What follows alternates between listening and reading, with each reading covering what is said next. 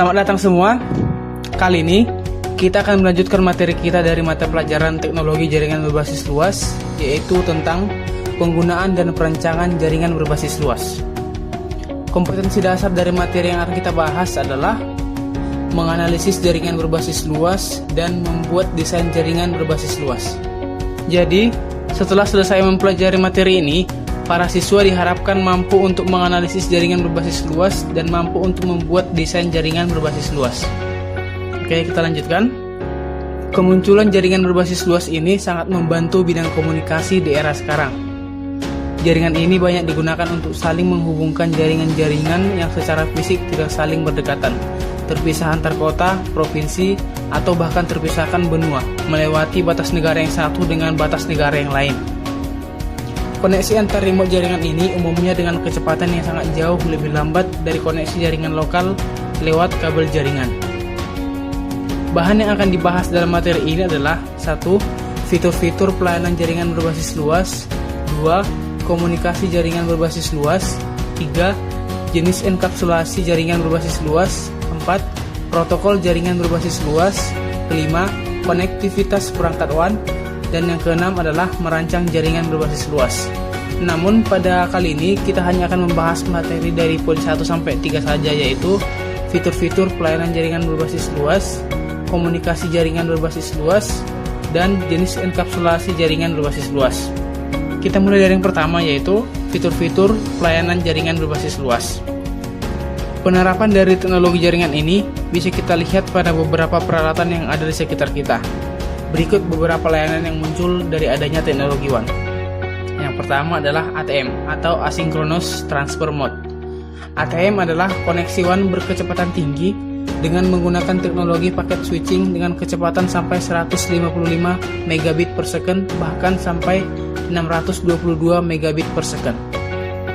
ATM bisa mentransmisikan data secara simultan dengan digitized voice dan digitized write, baik melalui LAN maupun WAN.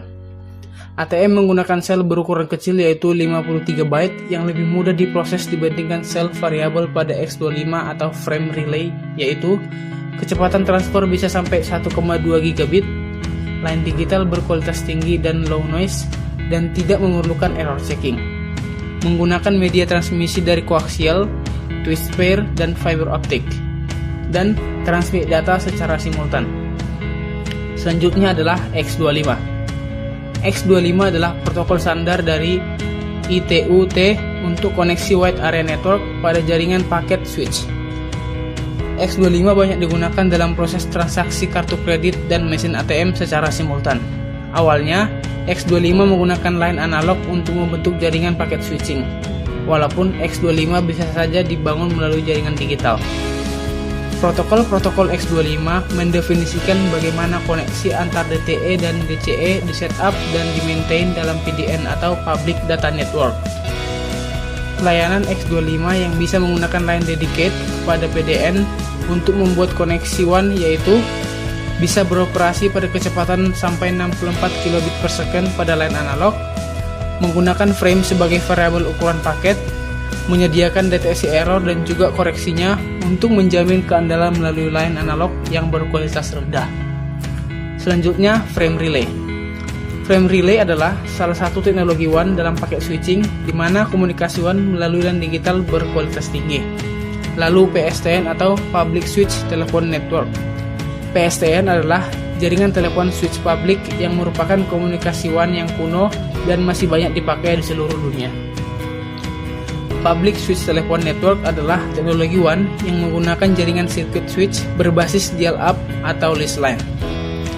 Teknologi ini menggunakan modem dan data berjalan dengan kecepatan terbatas sampai 56 kilobit per second. Selanjutnya, leased lines atau biasa disebut dedicated line. Leased line adalah teknologi WAN yang menggunakan koneksi langsung permanen antar perangkat dan memberikan koneksi kualitas line konstan. Berdasarkan kebutuhan, layanan ini lebih mahal bila dibandingkan dengan PSTN. Terakhir adalah ISDN atau Integrated Service Digital Network. ISDN mendefinisikan standar dalam menggunakan line telepon analog untuk transmisi data baik analog maupun digital. Itulah bagian dari fitur-fitur pelayanan jaringan berbasis luas. Sekarang kita lanjut ke materi kedua, yaitu komunikasi jaringan berbasis luas. Komunikasi yang terjalin pada teknologi WAN yang ada di Indonesia disediakan oleh penyedia layanan misalnya Telkomsel, Indosat, XL untuk koneksi jarak jauh. Tidak seperti jaringan lokal LAN yang mentransmisikan data melalui koneksi antar fisik digital antar komputer, teknologi WAN menggunakan kombinasi sinyal analog dan digital untuk mentransmisikan data. Diagram berikut dapat menjelaskan elemen-elemen dan fungsi-fungsi konsep teknologi WAN. Yang pertama adalah DTE. DTE adalah Data Terminal Equipment yang berada pada sisi koneksi link WAN yang mengirim dan menerima data. DTE ini berada pada sisi bangunan si pelanggan dan sebagai titik tanda masuk antar jaringan WAN dan LAN. DTE ini biasanya berupa router, akan tetapi komputer dan multi juga bisa bertindak sebagai DTE. Secara luas, DTE adalah semua peralatan yang berada pada sisi tempat si pelanggan yang berkomunikasi dengan DCE pada sisi lainnya. Yang kedua, demarc. Demarc adalah sisi demarkasi di mana perkabelan dari perusahaan telepon terhubung ke perkabelan di sisi rumah pelanggan. Umumnya, pelanggan bertanggung jawab terhadap semua equipment di sisi demarc dan pihak Telkom bertanggung jawab semua equipment di sisi lain dari demarc. Yang ketiga, local loop adalah kabel ekstensi ke kantor sentral telepon. 4. Central office adalah fasilitas switching dan juga merupakan entry one cloud dan juga exit point untuk panggilan masuk dan keluar, dan juga bertindak sebagai switching point untuk meneruskan data ke central office lainnya. Central office juga memberikan layanan seperti switching sinyal telepon masuk menuju trunk line.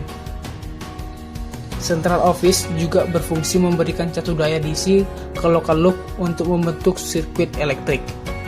Kelima, DCE. DCE adalah peralatan data sirkuit terminating yang berkomunikasi dengan DTE dan juga OneCloud.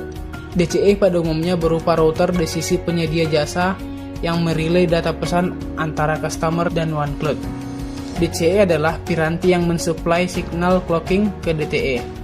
Suatu modem atau CSU-DSU di sisi pelanggan sering diklasifikasikan sebagai DCE. DCE ini bisa serupa DTE seperti router, akan tetapi masing-masing mempunyai perannya sendiri. Yang keenam, PSE. PSE adalah Packet Switching Exchange, suatu switch pada jaringan pembawa paket switch. PSE merupakan titik perantara di OneCloud.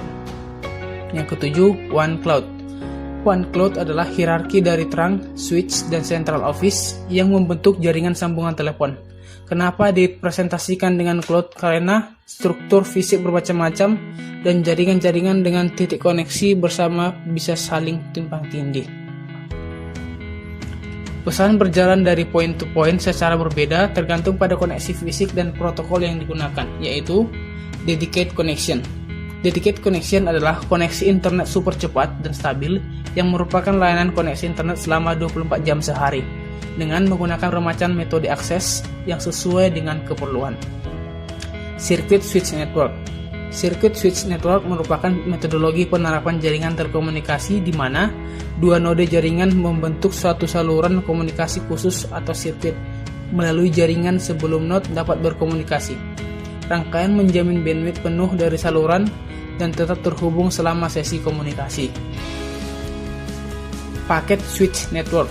Packet Switch Network adalah metode jaringan komunikasi digital yang dikelompokkan menurut semua data yang ditransmisikan, terlepas dari konten, jenis, atau ukuran ke dalam blok yang sesuai dengan ukuran yang disebut paket. Selanjutnya materi terakhir adalah materi ketiga, yaitu jenis enkapsulasi jaringan berbasis luas. Enkapsulasi adalah proses yang membuat suatu jenis paket data jaringan menjadi jenis data lainnya. Enkapsulasi terjadi ketika sebuah protokol yang berada pada lapisan yang lebih rendah menerima data dari protokol yang berada pada lapisan yang lebih tinggi dan meletakkan data yang dipahami oleh protokol tersebut. Ada dua jenis jaringan berbasis luas, yaitu High Level Data Link Control Protocol dan Point-to-Point Protocol. Yang pertama adalah High Level Data Link Control Protocol atau HDLC. HDLC adalah enkapsulasi default atau bawaan yang digunakan pada antarmuka serial sinkron dari router Cisco. Meski HDLC adalah milik Cisco, tapi perusahaan tersebut mengizinkan banyak vendor untuk mengaplikasikannya ke dalam perangkat mereka. HDLC digunakan sebagai pembungkus dan pengirim paket di atas link point-to-point. Ia juga menghandle transfer data seperti full duplex dan fungsi-fungsi manajemen. Kedua adalah point-to-point protocol. Point-to-point protocol adalah protokol enkapsulasi paket jaringan yang banyak digunakan pada Wide Area Network atau WAN. Point-to-point ini menjadi standar industri yang berjalan di lapisan link. Kinerjanya tergolong cepat dan menawarkan koreksi kesalahan serta negosiasi sesi secara dinamis tanpa campur tangan pengguna. Di samping itu, juga mendukung multi-protokol jaringan secara simultan. Point-to-point sendiri awalnya muncul sebagai protokol enkapsulasi yang menangani lalu lintas IP over two-point link. Ia juga memiliki standar untuk tugas serta pengelolaan alamat IP, enkapsulasi sinkron, berorientasi bit dan asinkron, start atau stop, konfigurasi link, protokol jaringan multiplexing, link pengujian kualitas, deteksi error, dan pilihan negosiasi seperti layer jaringan alamat. Sekian materinya, jika ada yang kurang jelas, jangan malu-malu, silakan bertanya. Terima kasih.